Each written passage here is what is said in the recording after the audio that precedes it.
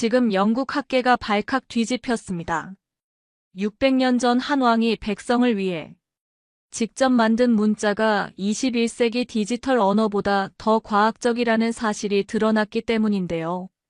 단 10분 만에 무너진 세계적 언어학자의 확신, 그 결정적 계기는 바로 한국어의 정과 한이라는 번역 불가능한 단어였습니다.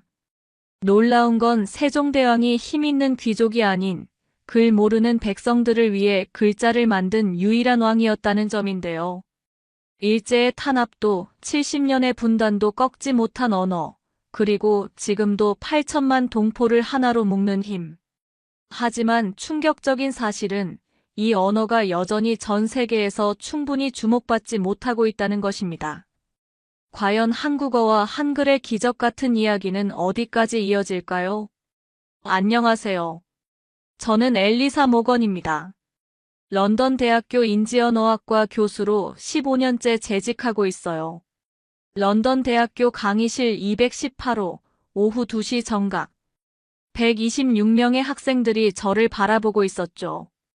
칠판에 적힌 오늘의 주제는 언어의 보편성과 번역 가능성 이론이었습니다. 저는 이 강의를 15년째 해오고 있어요. 형광등 불빛이 차갑게 내리쬐는 가운데 제 목소리가 강의실을 가득 채웠습니다. 모든 언어는 번역 가능합니다. 단호한 어조였죠. 학생들의 펜 끝이 종이 위를 바쁘게 움직이는 소리가 들렸어요. 저는 37년간 언어학자로 살아왔습니다. 옥스퍼드에서 박사학위를 받았고 하버드에서 연구교수를 지냈죠. 제 논문 언어간 의미전이의 완전성은 언어학계의 바이블로 불렸어요. 번역 불가능한 개념은 존재하지 않는다는 것이 제 철학이었습니다. 사랑을 뜻하는 그리스어 아가페, 에로스, 필리아를 보세요. 저는 칠판에 단어들을 적어가며 설명했어요. 각각 신적 사랑, 남녀 간의 사랑, 우정으로 번역됩니다. 완벽하죠. 학생들이 고개를 끄덕였습니다. 제 손은 자신감으로 가득했어요. 20년 경력의 동시통역사 출신이었거든요. UN 총회부터 G20 정상회의까지 세계 어느 언어든 제 입을 통해 완벽하게 전달되었죠. 언어는 도구입니다. 정교한 도구죠. 숙련된 장인이라면 어떤 의미든 옮길 수 있어요. 강의실 뒤편에서 한 학생이 손을 들었습니다. 동양계 여학생이었어요. 교수님, 그럼 모든 문화적 뉘앙스도 번역 가능한가요? 저는 미소를 지었습니다. 물론입니다. 문화적 맥락을 이해하면 불가능한 것은 없어요. 설명을 덧붙이면 되죠. 그때 제 휴대폰이 진동했습니다. 서울에서 온 이메일이었어요. 인터내셔널 심포지엄 안 랭거지 유너버셀러티 초청장이었죠. 한국어에 관한 세션도 있다고 적혀 있었습니다. 저는 스크린을 내려다보았어요. 한국어라. 제가 아직 정복하지 못한 몇 안 되는 언어 중 하나였습니다. 하지만 걱정되지 않았죠. 언어는 모두 같은 원리니까요. 자, 그럼 다음 주제로 넘어가겠습니다. 저는 새로운 슬라이드를 띄웠어요. 언어의 구조적 동질성에 대해 살펴보죠. 강의가 끝나고 학생들이 빠져나간 뒤 저는 빈 강의실에 홀로 남았습니다. 창밖으로 런던의 회색 하늘이 보였어요. 서울 심포지엄 참가 신청서를 작성하기 시작했죠. 한국어의 번역 불가능성이라는 미신 해체하기라고 제목을 적었습니다. 완벽한 주제였어요. 한국어든 뭐든 제 이론 앞에서는 모두 무너질 테니까요. 그날 밤 저는 한국어 기초교재를 펼쳤습니다. 한글이라는 문자가 신기했어요. 네모 반듯한 모양이 마치 건축물 같았죠. 참 단순한 문자네요. 혼자 중얼거렸습니다. 아직 제가 무엇을 마주하게 될지 전혀 몰랐어요. 한국어가 제 15년 확신을 산산조각 낼 거라는 것을 말이죠. 인천공항에서 서울까지 오는 길, 창밖으로 보인 한강과 고층 빌딩들이 아직도 생생합니다. 14시간 비행 끝에 도착한 서울의 첫인상은 예상보다 훨씬 현대적이었어요. 하지만 지금 제 앞에 앉은 200여 명의 언어학자들 앞에서는 그런 감상에 젖을 여유가 없었죠. 서울 코엑스 컨벤션 센터 3층 회의실. 오전 10시 30분이었습니다. 번역 불가능한 개념은 존재하지 않습니다. 저는 마이크에 대고 또렷하게 말했어요. 동시통역 헤드셋을 낀 청중들의 시선이 집중되었습니다. 제 발표 제목은 한국어 특수성 이론의 허상이었어요. 30분간 저는 제 이론을 펼쳤습니다. 한국어의 높임법도 일본어와 유사하고 교차어적 특성도 터키어와 같다고 설명했죠.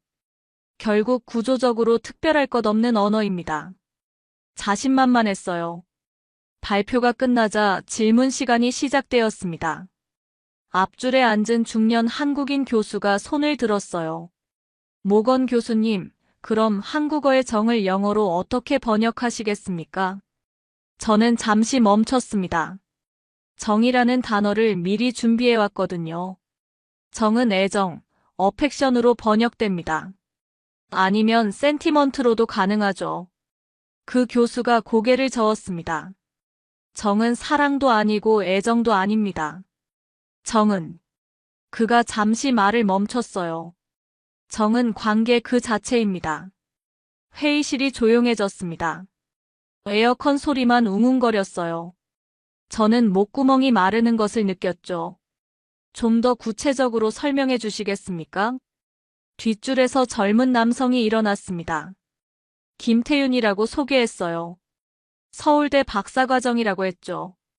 교수님, 한국 사람은 헤어진 연인에게도 정이 남는다고 말합니다. 이걸 영어로 어떻게 표현하시겠어요? 저는 당황했습니다. 램닝 어펙션, 레지듀얼 센티먼트. 제 목소리가 불안하게 떨렸어요. 김태윤이 미소를 지었습니다. 그런 표현들은 모두 과거의 감정이 남아있다는 뜻이죠. 하지만 정은 과거가 아닙니다. 지금도 살아있는 관계의 끈이에요. 또 다른 질문이 쏟아졌습니다. 그럼 한은 어떻게 번역하시겠어요? 한 여교수가 물었어요. 한은 그리프도 소로우도 아닙니다. 한은 풀리지 않는 응어리이면서 동시에 삶을 이어가게 하는 힘이에요. 제 이마에 식은땀이 맺혔습니다. 회의실의 형광등이 갑자기 너무 밝게 느껴졌어요. 15년간 구축해온 제 이론이 흔들리기 시작했죠. 눈치는 어떠세요? 김태윤이 다시 물었습니다. 눈치는 인투이션도 센스도 아닙니다. 눈치는 상대방의 마음을 읽어 미리 배려하는 한국인만의 소통 방식이에요. 저는 입을 다물었습니다. 대답할 수 없었어요. 20년 통역 경력, 15년 교수 생활에서 처음 겪는 침묵이었죠. 사회자가 다음 발표자를 호명했습니다. 저는 비틀거리며 자리로 돌아갔어요. 제 손이 떨리고 있었습니다. 휴식 시간, 복도에서 김태윤이 다가왔습니다. 교수님, 기분 상하셨다면 죄송해요. 하지만 한국어를 정말 이해하고 싶으시다면. 그가 명함을 건넸어요. 내일 시간 있으시면 한글의 원리부터 보여드리고 싶습니다. 저는 명함을 받아들었습니다. 제 세계관이 무너지고 있었지만 동시에 묘한 호기심이 솟아올랐어요. 정말로 번역 불가능한 개념이 존재하는 걸까요? 다음 날 오전 9시 서울대학교 인문관 지하 1층 세미나실이었습니다. 김태윤이 저를 기다리고 있었어요. 작은 방에 화이트보드 하나와 책상 몇 개가 전부였죠. 어제의 화려한 컨벤션 센터와는 사뭇 달랐습니다.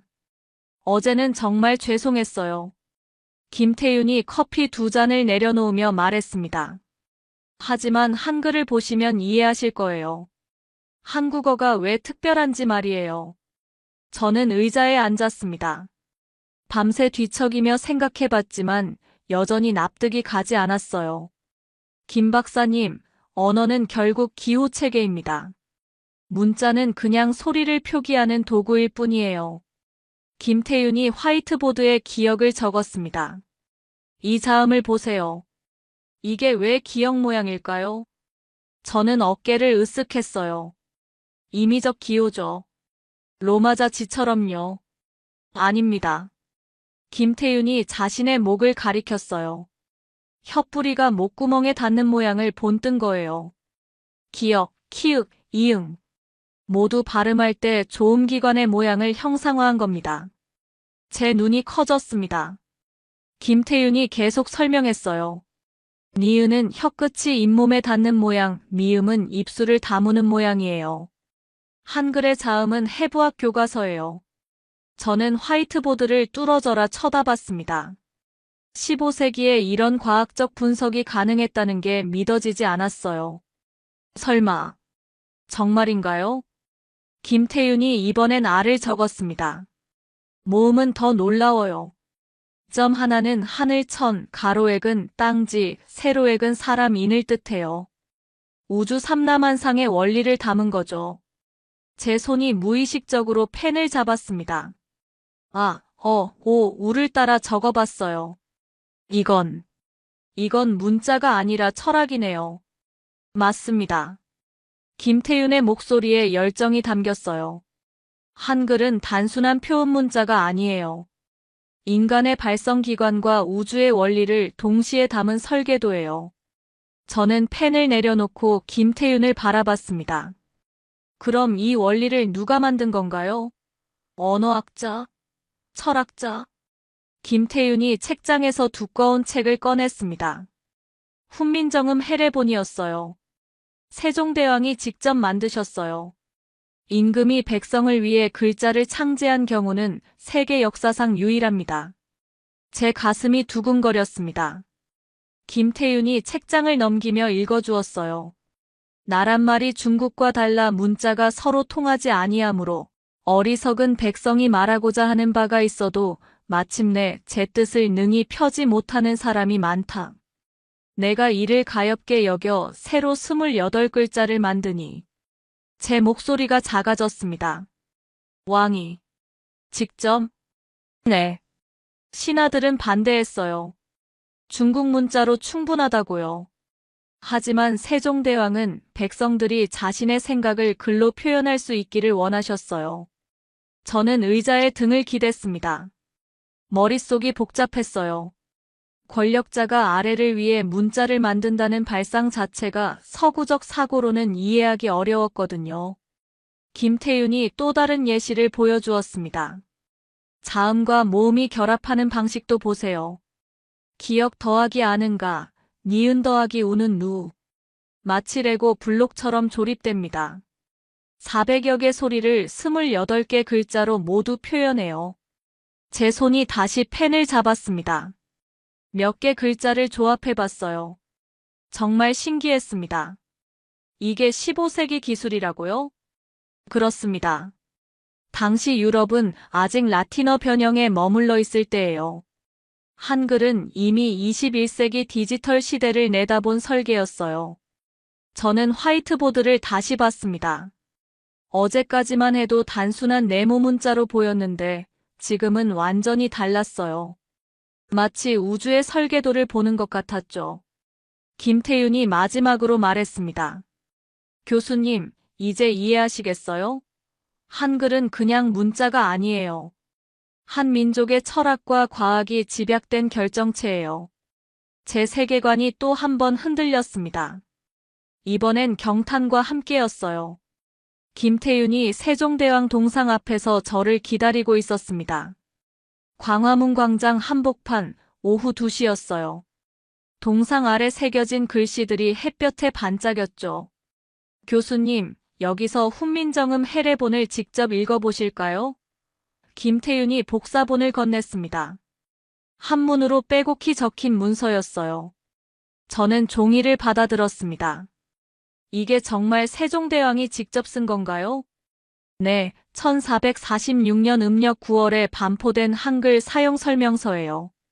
세계에서 유일하게 문자 창제 원리와 제작자, 창제 목적이 명시된 문헌이죠. 제 손끝이 떨렸습니다. 15세기 문서를 만지고 있다는 사실이 믿어지지 않았어요. 김태윤이 천천히 번역해 주었습니다. 나란 말이 중국과 달라서 한자와 서로 통하지 아니하므로 어리석은 백성이 말하고자 하는 바가 있어도 마침내 제 뜻을 능히 펴지 못하는 사람이 많다. 내가 이를 가엾게 여겨 새로 28글자를 만드니 제 가슴이 뭉클해졌습니다. 가엾게 여겨서요? 김태윤이 고개를 끄덕였어요. 왕이 백성을 가엾게 여긴다는 표현이에요. 권력자가 아래 사람을 걱정하는 마음이죠. 저는 동상을 올려다봤습니다. 세종대왕의 온화한 표정이 인상적이었어요. 서구에선 상상할 수 없는 일이네요. 왕이 직접 백성을 위해 글자를 만든다니. 더 놀라운 건 신하들의 반응이에요. 김태윤이 또 다른 문헌을 펼쳤습니다. 최만리를 비롯한 집현전 학사들이 상소를 올렸어요. 중국 글자만으로도 충분하다고 세 글자는 오랑캐나 쓰는 것이라고 반대했죠. 제 눈썹이 치켜 올라갔습니다. 그럼 어떻게 된 거예요? 세종대왕이 직접 반박하셨어요. 백성들이 자신의 생각을 표현할 권리가 있다고 하시면서요. 당시로선 혁명적인 사상이었죠. 김태윤이 해례본의 다른 부분을 가리켰습니다. 여기 보세요. 어린아이도 열흘이면 배울 수 있다고 적혀 있어요. 쉽게 배울 수 있는 문자를 목표로 했다는 뜻이에요. 저는 문서를 자세히 들여다봤습니다. 한자로 된 복잡한 설명들 사이사이에 한글이 보였어요. 정말 간단하고 명료했죠. 교수님, 세계 어느 왕이 이런 일을 했는지 아세요? 김태윤이 물었습니다. 저는 머릿속을 뒤졌습니다. 이집트 파라오, 로마 황제, 영국 왕. 아무도 떠오르지 않았어요. 없는 것 같네요. 맞습니다. 권력자들은 보통 문자를 독점하려 해요. 지식을 통제하는 수단이니까요. 하지만 세종대왕은 정반대였어요. 모든 백성이 글을 읽고 쓸 수 있기를 원하셨죠. 저는 다시 동상을 올려다봤습니다. 이번엔 다른 감정이 밀려왔어요. 존경심이었죠. 이분이 정말 대왕이네요. 김태윤이 미소 지었습니다. 한국 사람들이 세종대왕을 성군이라고 부르는 이유예요. 백성을 진심으로 사랑한 왕이거든요. 바람이 불어 해례본 종이가 날렸습니다. 저는 얼른 잡으며 생각했어요. 15세기에 이런 철학을 가진 왕이 있었다는 게 놀라웠습니다.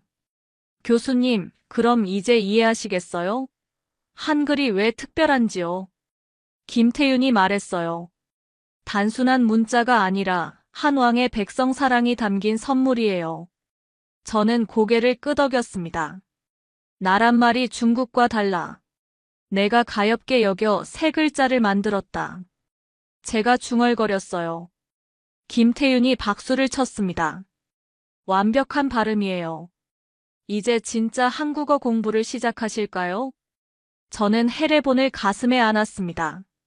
세종대왕의 마음이 600년을 넘어 제게 전해지는 것 같았어요. 이제야 알겠습니다. 한글은 그냥 문자가 아니라 사랑의 결정체였어요. 다음 날 오전, 김태윤이 저를 광장시장으로 데려갔습니다. 지하철 1호선 종로가역에서 나와 골목길을 걸었어요. 시장 특유의 냄새가 코끝을 찔렀죠. 김치, 생선, 기름 냄새가 뒤섞인 향이었습니다. 교수님, 이제 진짜 한국어를 배우실 차례예요. 김태윤이 말했습니다. 문법책이 아니라 사람들 사이에서요. 시장 안은 사람들로 북적였습니다. 오전 10시인데도 벌써 활기가 넘쳤어요.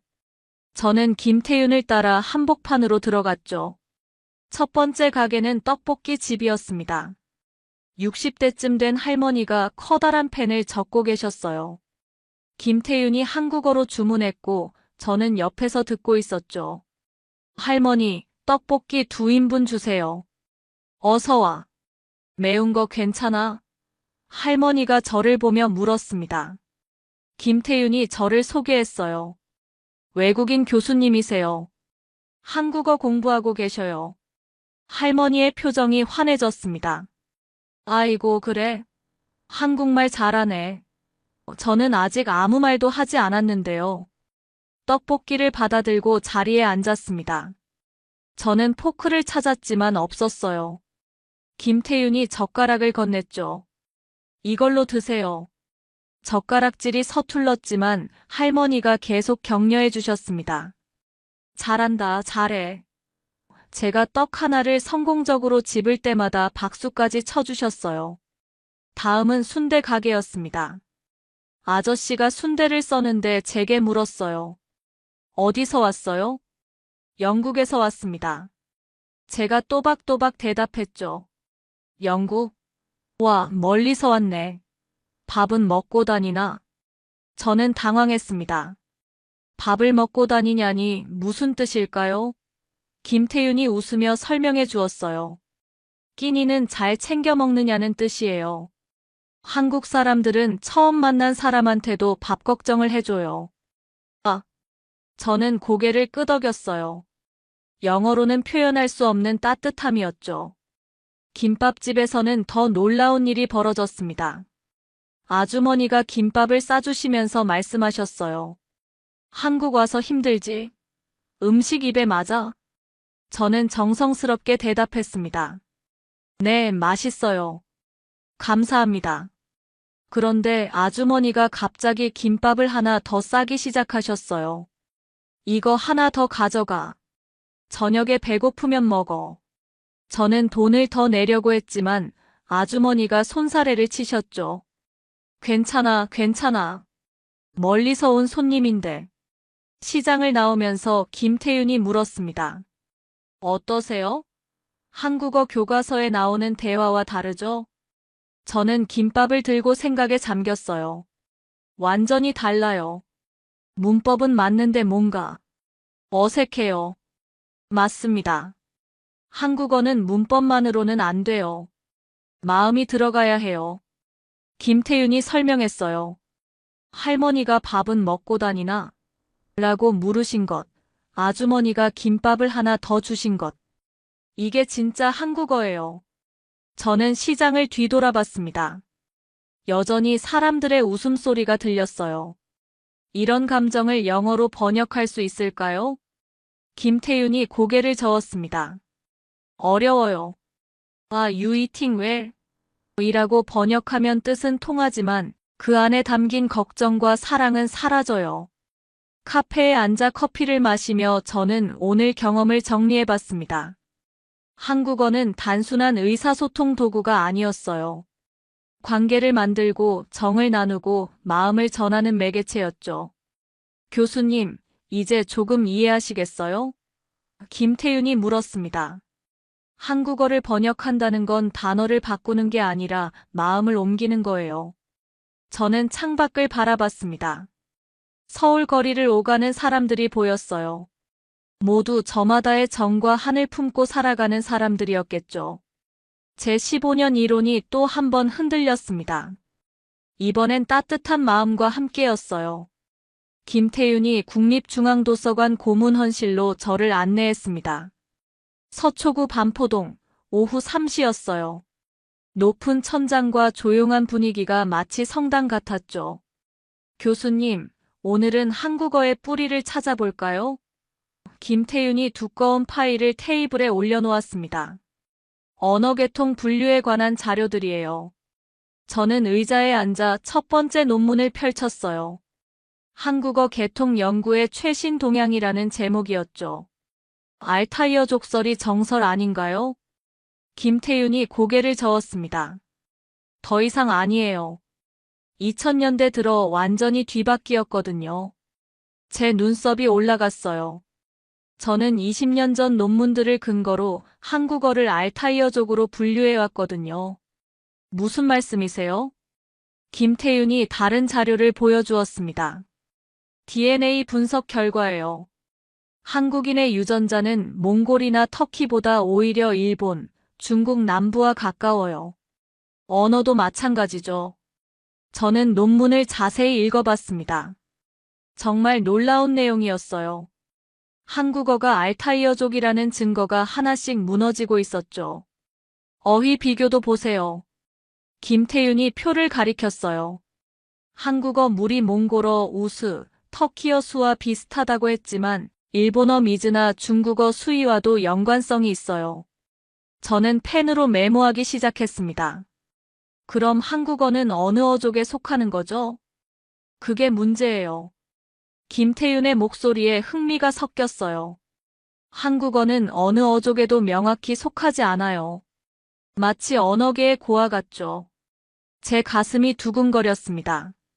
언어학에서 고리번은 매우 특별한 존재거든요. 정말인가요? 김태윤이 세계 언어 지도를 펼쳤습니다. 바스크어, 일본어, 그리고 한국어. 이 세 언어는 명확한 계통을 찾기 어려워요. 특히 한국어는 독특해요. 저는 지도를 뚫어져라 쳐다봤어요. 한반도가 작은 점으로 표시되어 있었죠. 이 작은 땅에서 독립된 언어가 발달했다는 말씀인가요? 네. 더 정확히 말하면 한국어는 고아가 아니라 자립한 언어예요. 김태윤이 설명했어요. 다른 언어들과 접촉하면서도 자신만의 독특함을 지켜온 거죠. 새로운 논문을 펼쳤습니다. 서울대 언어학과에서 발표한 최신 연구였어요. 한국어의 문법 구조를 보세요. 교차거적 특성은 있지만 어순이나 문법소의 결합 방식이 완전히 독특해요.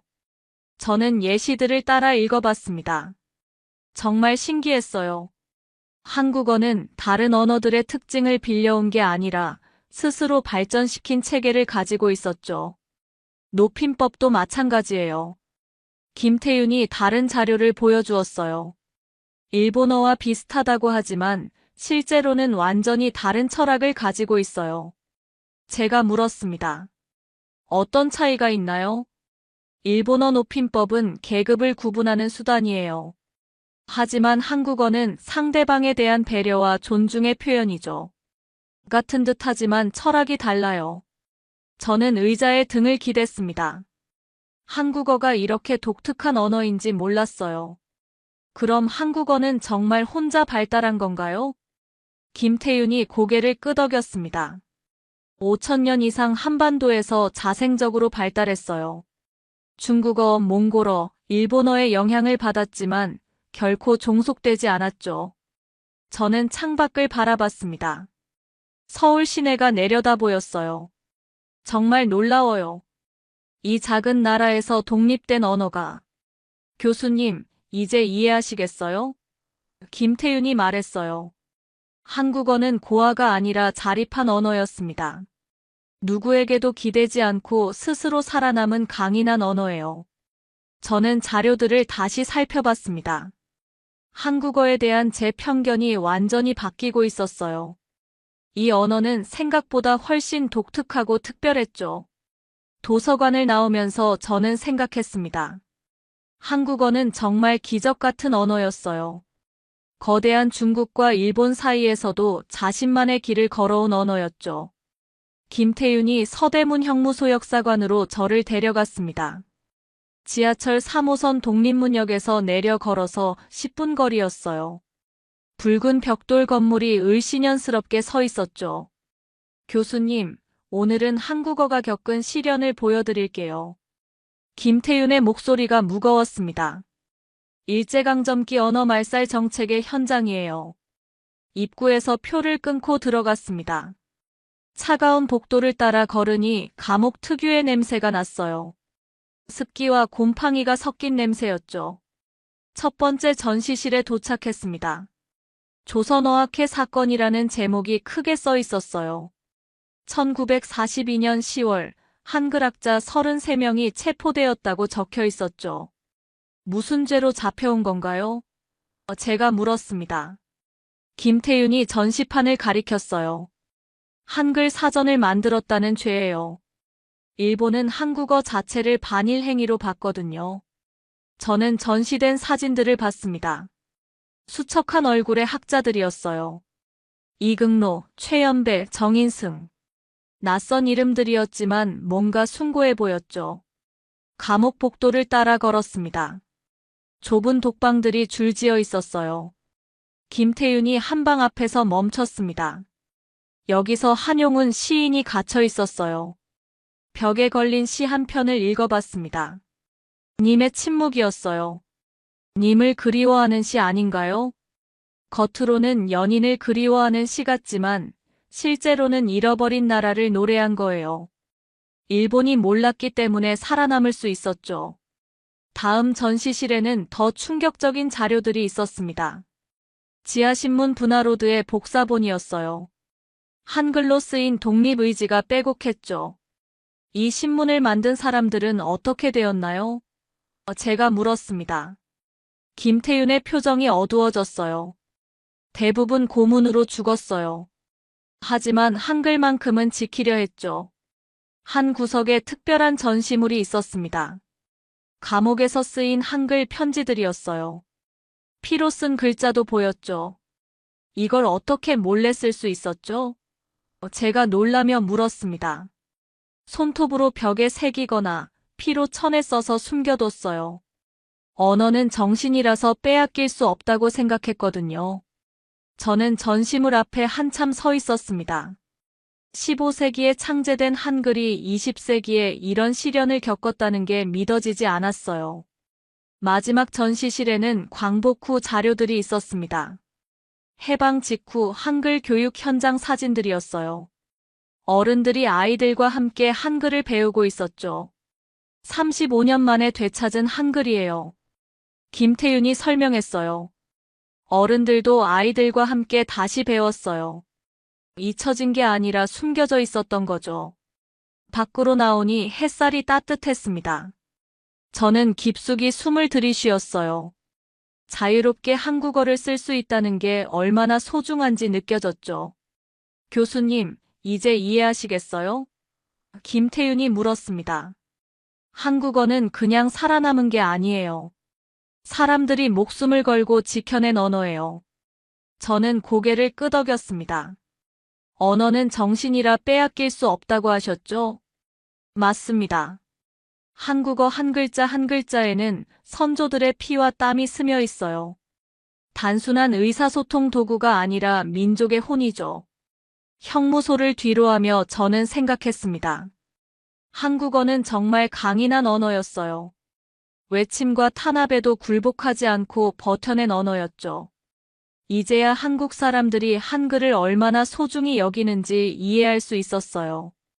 김태윤이 인천국제공항 출국장으로 저를 데려왔습니다. 오후 2시 런던행 비행기까지 3시간이 남아 있었어요. 하지만 저는 떠날 마음이 없었죠. 교수님, 정말 런던으로 돌아가시는 건가요? 김태윤이 물었습니다. 지난 일주일간 함께했던 그의 얼굴에 아쉬움이 가득했어요. 저는 수화물 카트를 잡고 서 있었습니다. 가방 속에는 한국어 교재들이 가득했죠. 하지만 무언가 부족했어요. 김 박사님, 저에게 한 가지만 더 보여주세요. 뭘 말씀이세요? 진짜 한국어요. 책이 아닌 사람들의 마음속에 살아있는 한국어를 보고 싶어요. 김태윤이 시계를 봤습니다. 시간이 많지 않은데. 그래도 한 곳 갈 수 있는 곳이 있어요. 우리는 공항을 나와 택시를 탔습니다. 30분 후 도착한 곳은 영종도의 한마을이었어요. 바닷가 근처 조용한 동네였죠. 여기가 어딘가요? 제가 물었습니다. 재외동포 할머니들이 모여 사는 곳이에요. 중국, 러시아, 일본에서 오신 분들이죠. 작은 카페에 들어갔습니다. 70대쯤 된 할머니 5분이 앉아 이야기하고 계셨어요. 김태윤이 저를 소개했죠. 안녕하세요. 영국에서 온 교수님이세요. 한국어를 연구하고 계셔요. 할머니들의 얼굴이 환해졌습니다. 한 분이 제 손을 잡으며 말씀하셨어요. 어머, 멀리서 왔구나. 우리말 공부하러 왔다고? 네, 할머니. 한국어가 너무 신기해서요. 중국에서 오신 할머니가 말씀하셨습니다. 우리는 70년 동안 중국에서 살았는데도 한국말을 잊지 않았어. 자식들에게도 가르쳤고. 러시아에서 오신 할머니도 거들었어요. 소련 시절엔 한국어 쓰면 시베리아로 끌려갔어. 그래도 집에서만큼은 우리말로 얘기했지. 제 가슴이 뭉클해졌습니다. 힘들지 않으셨어요? 힘들긴 했지만 우리말이 있으니까 견딜 수 있었어. 일본에서 오신 할머니가 말씀하셨어요. 말이 살아있으면 마음도 살아있거든. 할머니들이 돌아가며 이야기를 들려주셨습니다. 해외에서 한국어를 지켜온 사연들이었어요. 아이들에게 한국 동요를 불러주고 한글로 편지를 쓰고 한국 음식 이름을 가르친 이야기들이었죠. 손녀가 한국 대학에 왔는데 한국말을 너무 잘해서 깜짝 놀랐대. 한 할머니가 자랑스럽게 말씀하셨어요. 우리가 가르친 게 헛되지 않았구나 싶었지. 저는 할머니들의 이야기를 들으며 깨달았습니다. 한국어는 단순한 언어가 아니었어요. 핏줄이었고 정체성이었고 삶의 뿌리였죠. 교수님, 한 할머니가 제 손을 다시 잡으셨어요. 우리말이 어때? 예쁘지? 네, 정말 아름다워요. 제 목소리가 떨렸습니다. 그럼 됐어. 우리말을 사랑해주는 사람이 있으니까 고맙다. 카페를 나오며 김태윤이 물었습니다. 어떠세요? 이제 정말 이해하시겠어요? 저는 바다를 바라봤습니다. 수평선 너머 멀리 한반도가 있을 터였죠. 김 박사님, 제가 결정한 게 있어요. 뭔가요? 런던으로 돌아가지 않을 거예요. 저는 단호하게 말했습니다. 한국에 남아서 한국어를 제대로 공부하고 싶어요. 김태윤의 눈이 커졌습니다. 정말이세요? 네. 15년간 제가 가르쳐온 이론이 틀렸어요. 언어는 번역되는 게 아니라 함께 나누는 거였어요. 공항으로 돌아가는 길, 저는 항공사에 전화했습니다. 티켓을 취소했죠. 그리고 런던 대학교에도 연락했어요. 사직서를 제출하겠다고 했습니다. 김태윤이 놀라며 물었습니다. 교수님, 정말 괜찮으세요? 괜찮아요. 아니, 이제야 제대로 된 것 같아요. 저는 미소를 지었습니다. 한국어는 민족의 영혼입니다. 이제 그 영혼을 배우고 싶어요. 그날 밤 서울 시내 한 작은 원룸에서 저는 새로운 삶을 시작했습니다. 한국어 교사가 되기 위한 공부를 하기로 했어요. 언어를 정복하는 게 아니라 언어와 함께 살아가는 법을 배우기로 했죠. 창밖으로 서울의 야경이 보였습니다. 한글 간판들이 반짝이고 있었어요. 이제 저도 이 도시의 일부가 되었습니다. 한국어라는 아름다운 언어의 품에 안겨서 말이에요. 6개월 후 저는 서울 시내 한 작은 어학원 강의실에 서 있었습니다. 오전 10시 20여 명의 외국인 학생들이 저를 바라보고 있었어요. 미국, 독일, 프랑스에서 온 학생들이었죠. 안녕하세요. 저는 엘리사 모건입니다. 한국어를 가르치게 되어 정말 기뻐요. 제 발음이 6개월 전보다 훨씬 자연스러워졌습니다. 매일 김태윤과 연습한 결과였어요. 이제 그는 제 동료 교사가 되어 있었죠. 오늘은 한국어의 특별함에 대해 이야기해 볼까요? 저는 화이트보드에 정이라는 글자를 적었습니다. 이 단어를 영어로 번역할 수 있는 사람 있나요? 독일에서 온 막스가 손을 들었어요. 러브? 어펙션? 저는 고개를 저었습니다. 아니에요. 정은 번역할 수 없어요. 느껴야 하는 거예요. 학생들이 의아한 표정을 지었죠. 6개월 전에 제 모습과 똑같았어요. 제가 예전에는 모든 언어가 번역 가능하다고 믿었어요. 저는 솔직하게 말했습니다. 하지만 한국어를 만나고 깨달았죠. 언어는 단순한 기호가 아니라 마음이라는 걸요. 프랑스에서 온 줄리가 물었습니다. 그럼 어떻게 이해해야 해요?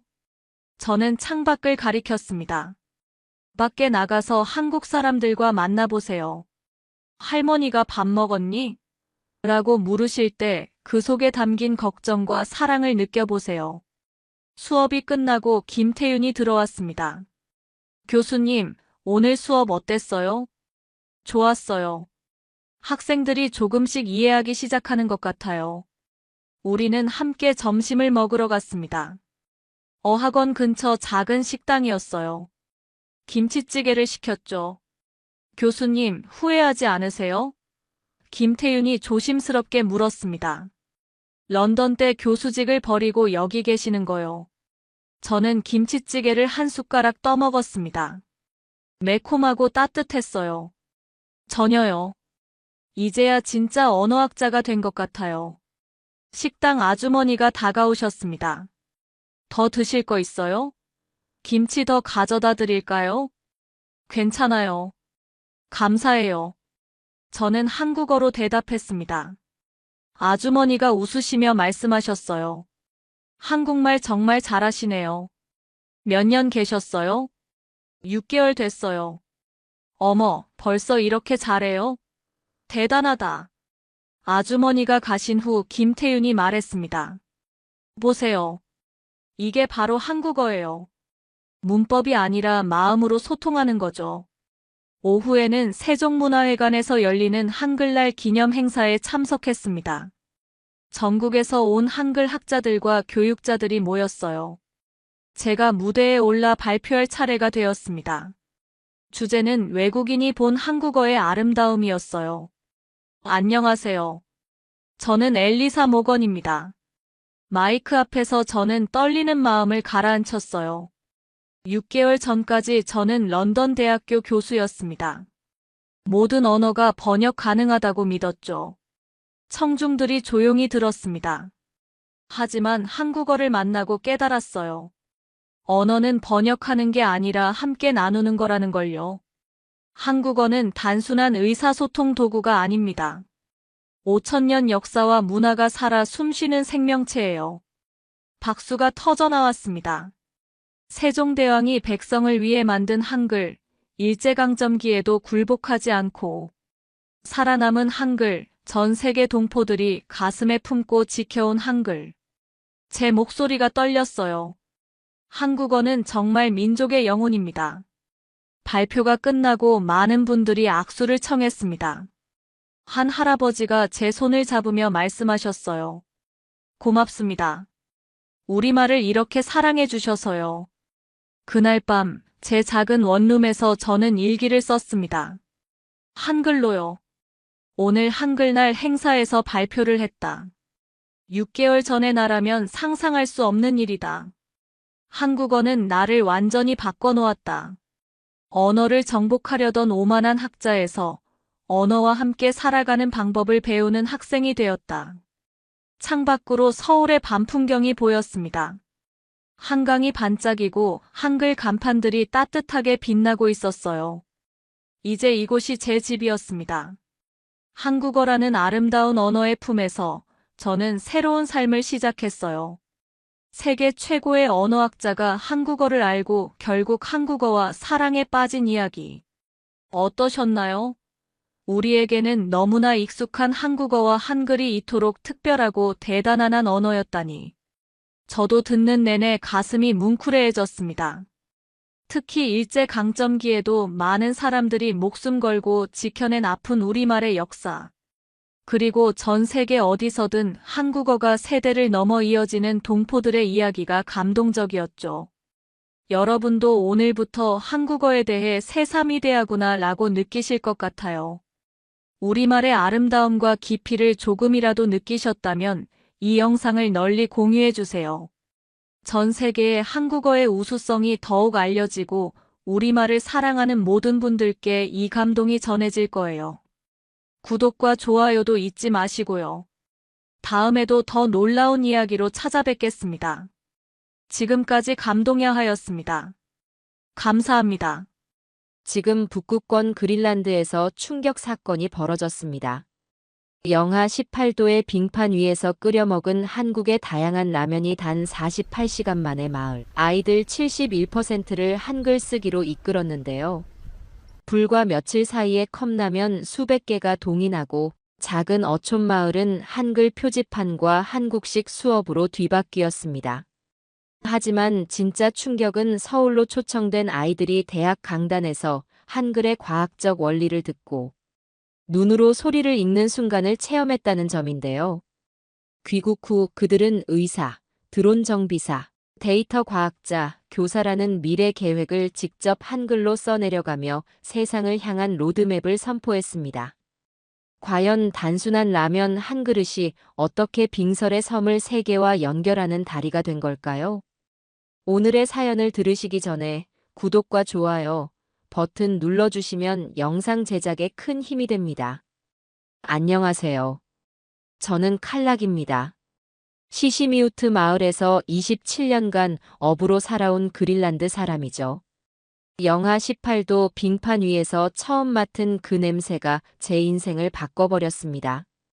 3분간 끓어오르는 국물에서 피어나는 향은 제가 평생 경험해본 그 어떤 것과도 달랐어요.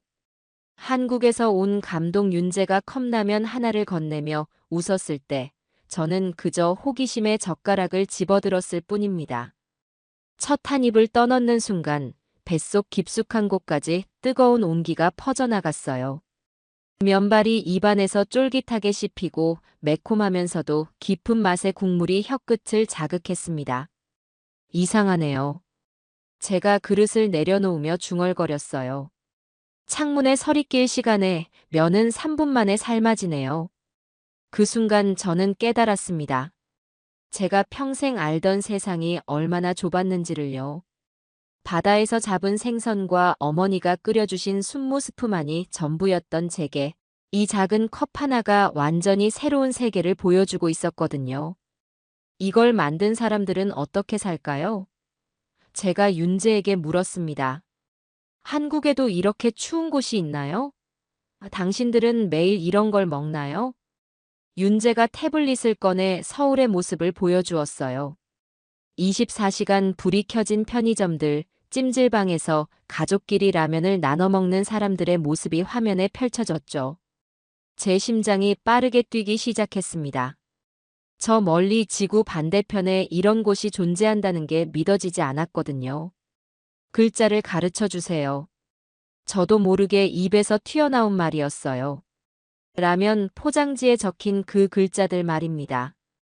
윤재가 포장지를 가리키며 천천히 설명해 주었습니다. 여기 적힌 신라면이라는 글자는 세 개의 음으로 나뉜다고 했어요. 신은 혀끝으로 내는 소리와 입을 세로로 벌린 소리, 그리고 혀를 위로 올리는 소리가 합쳐진 거라고 했죠. 우리 언어와 비슷하네요. 소리를 모아서 글자를 만드는 거군요. 윤재가 고개를 끄덕이며 더 자세히 알려주었어요. 한글은 입의 모양과 혀의 위치에 따라 글자가 만들어진다고 했습니다. 마치 우리가 말할 때 입과 혀가 움직이는 모습을 그대로 글자로 옮겨놓은 것 같다고 설명해 주었죠. 그 순간 저는 깨달았어요.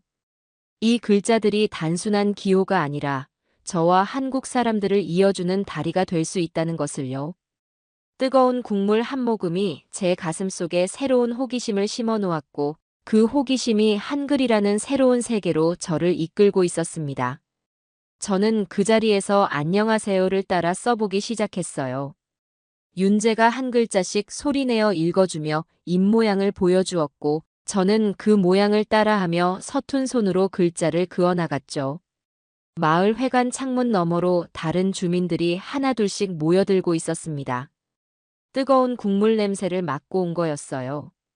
그때 저는 확신했습니다. 이 작은 라면 한 그릇이 우리 마을에 큰 변화를 가져올 거라고요. 그리고 그 변화의 중심에 한글이라는 새로운 언어가 있을 거라고 말이죠. 신라면 한 그릇으로 시작된 변화가 이틀 만에 마을 전체로 번져나갔습니다. 윤재가 가져온 진라면과 너구리 봉지 200개가 회관 테이블 위에 쌓여 있을 때 저는 가슴이 두근거렸어요. 마을 사람들 71명이 회관에 모인 건 처음이었거든요. 평소 30명도 모이기 힘든 곳이었는데 말이죠.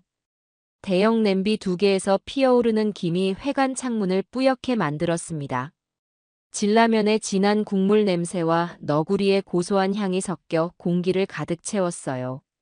저는 윤재가 알려준 대로 물이 팔팔 끓으면 면을 넣고 3분 후에 스프를 넣는 순서를 정확히 따랐죠. 뱃속까지 데워지는 국물은 처음이요. 아쿠탁 장로가 첫 숟가락을 떠넣고 나서 감탄했습니다.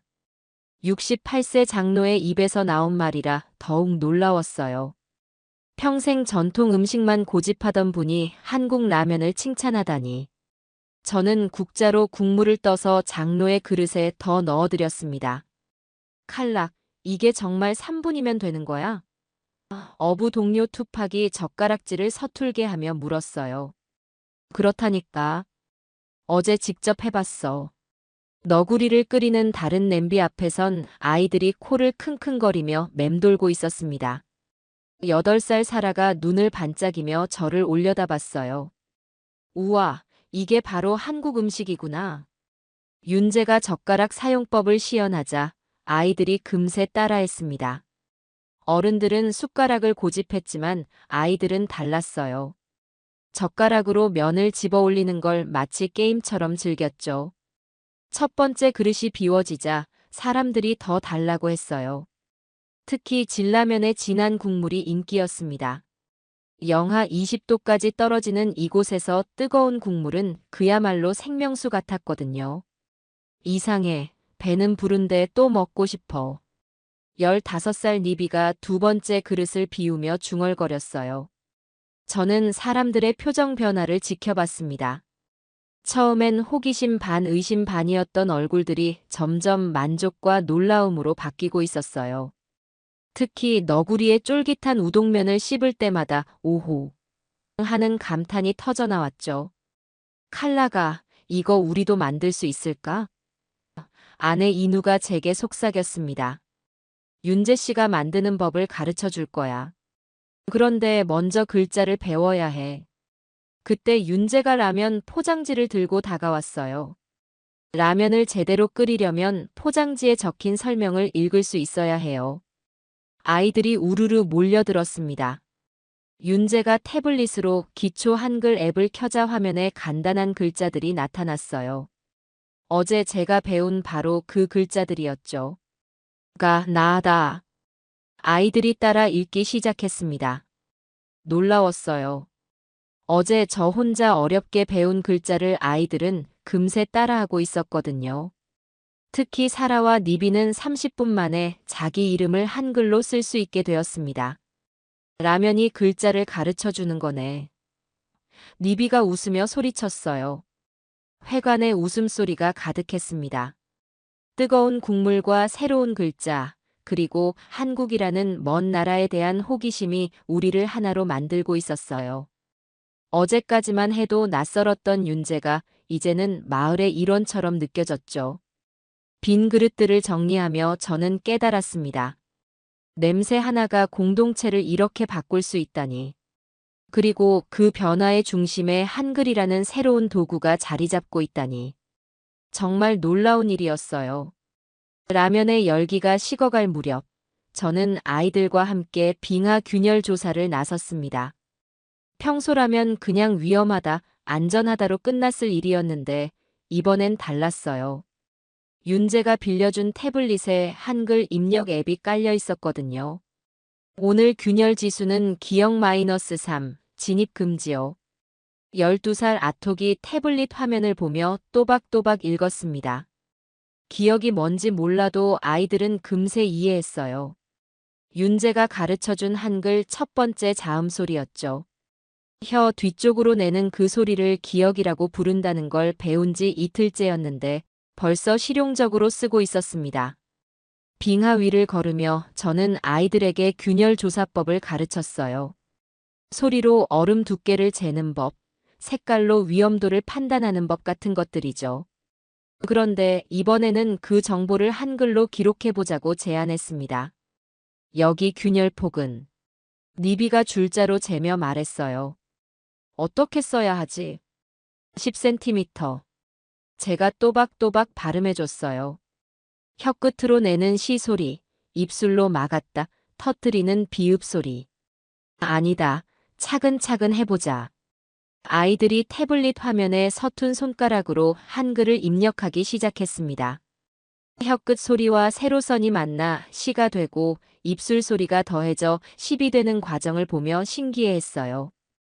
칼락 아저씨, 이거 완전 마법 같아요.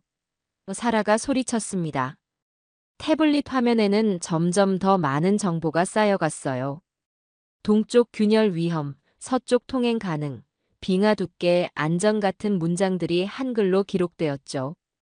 평생 말로만 전해오던 정보가 글자로 남겨지는 순간이었습니다.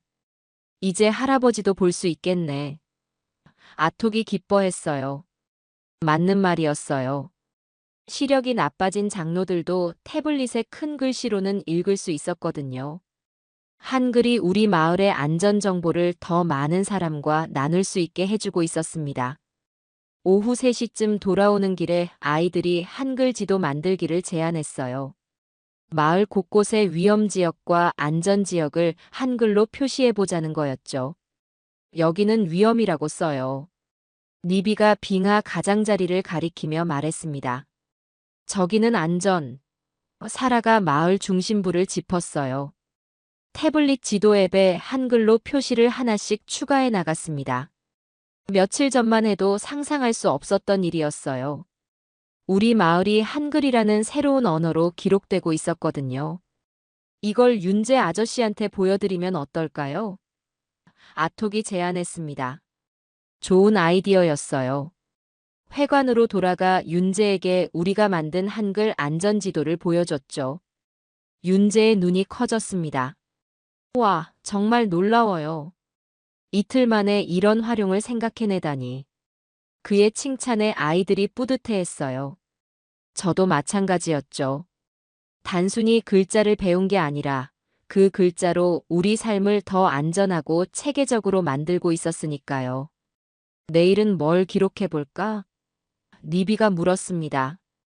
날씨 정보는 어때? 제가 제안했어요. 바람 세기, 온도, 눈 올 확률 같은 것들 말이야. 아이들의 눈이 반짝였습니다. 한글이 단순한 외국 문자가 아니라 우리 삶을 기록하고 정리하는 도구가 되고 있었어요.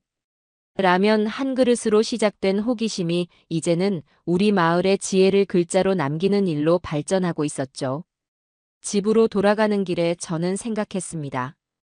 이제 우리는 그냥 사는 게 아니라 기록하며 살고 있다고. 그리고 그 기록의 도구가 바로 한글이라고 말이에요. 한글로 안전지도를 만든 지 일주일 후 윤재가 빨간 포장지를 들고 나타났습니다. 지금까지 먹어본 라면과는 완전히 다른 모양이었어요. 포장지에 그려진 닭이 불을 뿜고 있는 그림이 심상치 않았죠. 이건 불닭볶음면이에요. 좀 매울 거예요. 윤재가 경고했지만 아이들은 이미 호기심으로 가득했습니다. 물을 끓여 면을 넣고 8분간 기다렸어요. 평소 3분이던 조리 시간보다 훨씬 길었죠. 그 사이 아이들은 포장지의 한글을 읽어보려 애썼습니다. 불, 닭, 볶음면. 니비가 한 글자씩 짚어가며 읽었어요. 혀 뒤쪽으로 내는 소리, 혀끝을 위로 올리는 소리. 8분이 지나 물을 버리고 소스를 넣는 순간 매운 냄새가 코를 찔렀습니다. 아이들이 눈을 깜빡이며 뒤로 물러섰어요. 이거 정말 먹어도 되는 거예요? 사라가 걱정스럽게 물었습니다. 저는 용기를 내어 첫 젓가락을 입에 넣었어요. 순간 입안이 불타는 것 같았습니다. 눈물이 핑 돌았지만 그 안에 숨어있는 달콤하고 고소한 맛이 느껴졌어요. 혀는 맵지만 아이디어는 달콤해요. 제가 물을 벌컥벌컥 마시며 말했습니다. 아이들이 하나둘씩 도전하기 시작했어요. 아톡은 한 입 먹고 바로 포기했지만 니비는 끝까지 해냈습니다. 15살답게 자존심이 있었거든요. 이상해요. 맵긴 한데 자꾸 먹고 싶어져요. 니비가 땀을 닦으며 말했어요. 그날 오후 아이들이 놀라운 제안을 했습니다. 불닭볶음면을 먹으며 느낀 뜨거움을 해양 데이터에 적용해보자는 거였어요. 바닷물 온도도 단계별로 나눠볼까요? 사라가 제안했습니다. 불닭처럼 1단계부터 5단계까지요. 아이들은 태블릿을 꺼내 해양 온도 측정 일지를 만들기 시작했어요. 한글로 1단계 차가움, 2단계 시원함, 3단계 보통, 4단계 따뜻함, 5단계 뜨거움이라고 분류했죠. 이렇게 하면 어부 아저씨들도 바다 상태를 쉽게 알 수 있겠어요. 아톡이 흥분해서 말했습니다. 며칠 후 아이들은 더 큰 프로젝트를 시작했어요. 안개 경보 시스템을 만들어 보자는 거였죠. 불닭볶음면의 매운 단계처럼 안개 농도도 5단계로 나누어 경보를 울리는 장치를 구상했습니다. 1단계는 초록불, 5단계는 빨간불로 해요. 니비가 설계도를 그리며 말했어요. 윤재가 아이들의 아이디어에 감탄했습니다. 정말 대단해요. 음식에서 영감을 얻어 실용적인 시스템을 만들다니. 저는 아이들이 한글로 작성한 프로젝트 계획서를 읽어봤어요. 서툰 글씨지만 체계적이고 논리적이었습니다. 불닭볶음면 하나가 아이들의 창의력을 이렇게 폭발시킬 줄은 몰랐어요. 다음 주에 마을 어른들한테 발표해볼까? 제가 제안하자 아이들이 환호했습니다. 그날 저녁 아이들은 발표 연습을 하며 한글 발음을 다듬었어요. 해양 데이터 분석 시스템이라는 어려운 단어도 또박또박 읽을 수 있게 되었죠. 며칠 전까지만 해도 라면 포장지 글자도 못 읽던 아이들이 이제는 과학 프로젝트를 한글로 설명하고 있었습니다. 불닭볶음면의 매운맛이 아이들의 도전 정신에 불을 지핀 것 같았어요. 잠자리에 들며 저는 깨달았습니다. 음식은 단순히 배고픔을 채우는 게 아니라 상상력을 자극하는 도구가 될 수 있다고. 그리고 한글은 그 상상력을 현실로 만드는 열쇠가 되고 있다고 말이에요. 아이들의 해양 데이터 발표가 열리기 하루 전 마을에 긴장이 감돌았습니다. 아쿠탁 장로가 회관 앞에 마을 사람들을 모두 불러 모았거든요. 68세 장로의 얼굴이 평소보다 굳어 있었어요. 우리 조상들이 물려준 언어를 버리고 외국 글자를 배우는 게 맞소? 장로가 목소리를 높였습니다. 저는 가슴이 덜컥 내려앉았어요. 지난 2주간 아이들과 함께 한글을 배우며 느꼈던 기쁨이 한순간에 사라지는 것 같았거든요. 마을 어른들의 시선이 저에게 쏠렸습니다. 칼락, 너는 어떻게 생각하는가? 장로가 제게 직접 물었어요. 장로님, 저희는 그린란드어를 버리려는 게 아닙니다. 제가 조심스럽게 답했어요. 그저 세상을 더 넓게 보려고 하는 거예요. 세상을 넓게 본다고? 장로의 눈빛이 날카로워졌습니다. 우리 것을 지키는 게 먼저 아닌가? 그때 니비가 앞으로 나섰어요. 15살 소녀가 68세 장로 앞에 서는 모습이 용감해 보였습니다. 할아버지, 저희 발표를 먼저 들어보세요. 지우려는 게 아니라 함께 쓰려는 겁니다. 니비는 태블릿을 꺼내 화면을 보여줬어요.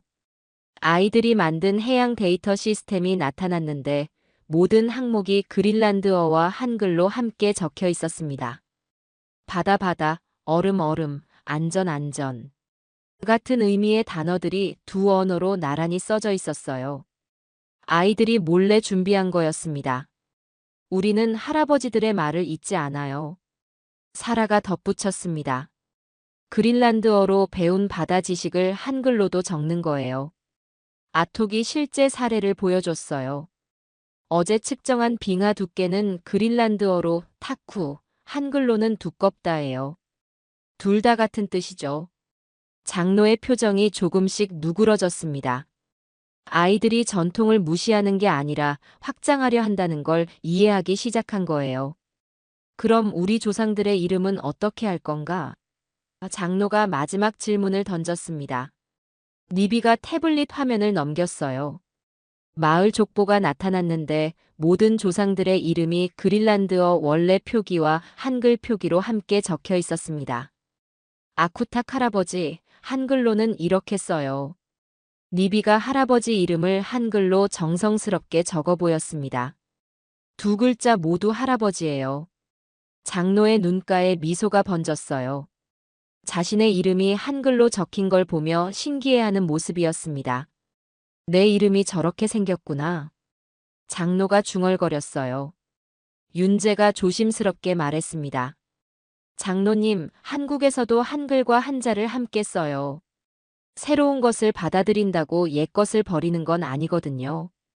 그날 오후 아이들의 정식 발표가 열렸어요. 해양 데이터 분석 시스템, 안개 경보 장치, 빙하 안전 지도까지 모든 내용이 그린란드어와 한글로 이중 표기되어 있었습니다. 바람 세기 3단계, 그린란드어로 아니오, 한글로 보통입니다. 아톡이 또박또박 발표했어요. 마을 어른들이 고개를 끄덕였습니다. 아이들이 전통을 지키면서도 새로운 도구를 활용하고 있다는 걸 확인했거든요. 발표가 끝나자 장로가 일어섰어요. 칼락, 아이들이 옳은 길을 가고 있는 것 같소. 저는 안도의 한숨을 쉬었습니다. 가장 걱정했던 세대 갈등이 해결된 거였어요. 그런데 한 가지 조건이 있소. 장로가 덧붙였습니다. 나도 한글을 배워보겠소. 아이들만 새로운 걸 배울 순 없지 않겠소? 회관의 웃음소리가 터졌어요. 68세 장로가 한글을 배우겠다니.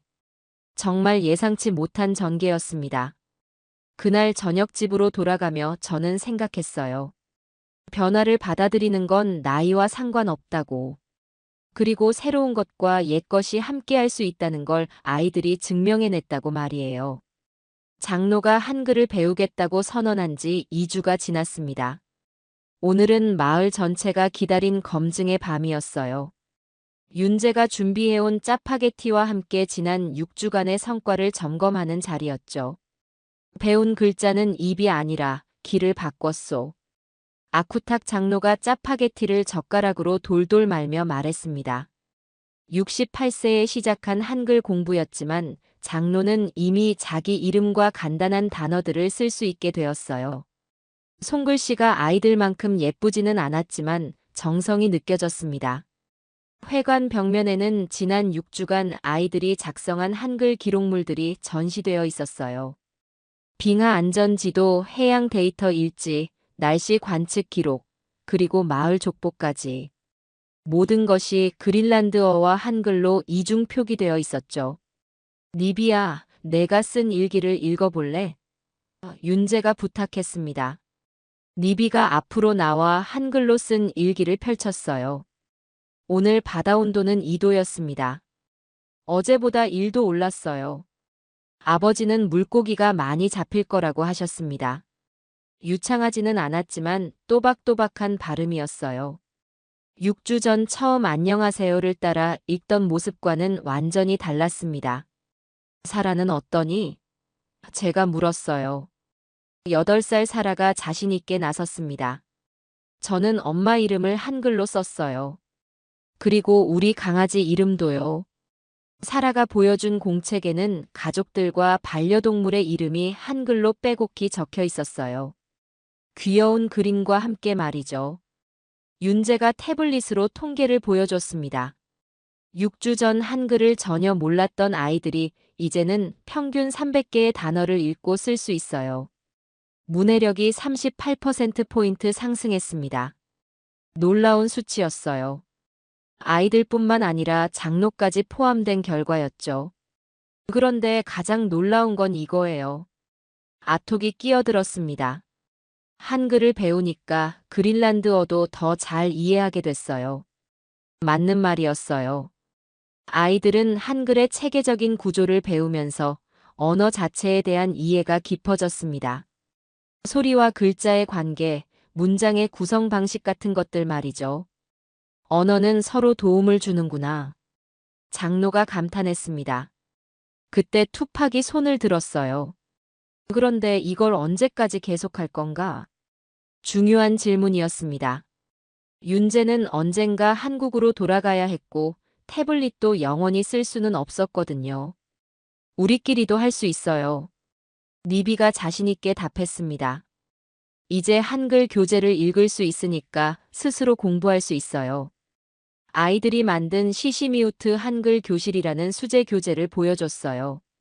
마을의 실제 상황들을 예시로 들어 한글을 설명한 책이었죠. 일과 바다와 관련된 한글, 이과 날씨를 나타내는 한글, 삶과 가족 이름 쓰기. 체계적이고 실용적이었습니다.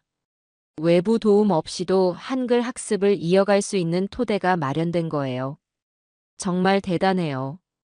윤재의 목소리에 감동이 섞여 있었습니다. 여러분이 한글을 자기 것으로 만드셨네요. 짜파게티를 다 먹고 나서 장로가 일어섰어요. 이제 공식적으로 선언하겠소. 우리 마을은 그린란드어와 한글을 함께 쓰는 이중언어 마을이 되었소. 회관에 박수가 터졌습니다. 6주간의 도전이 결실을 맺는 순간이었어요. 하지만 여기서 끝이 아니야. 제가 말했습니다. 이제 시작일 뿐이야.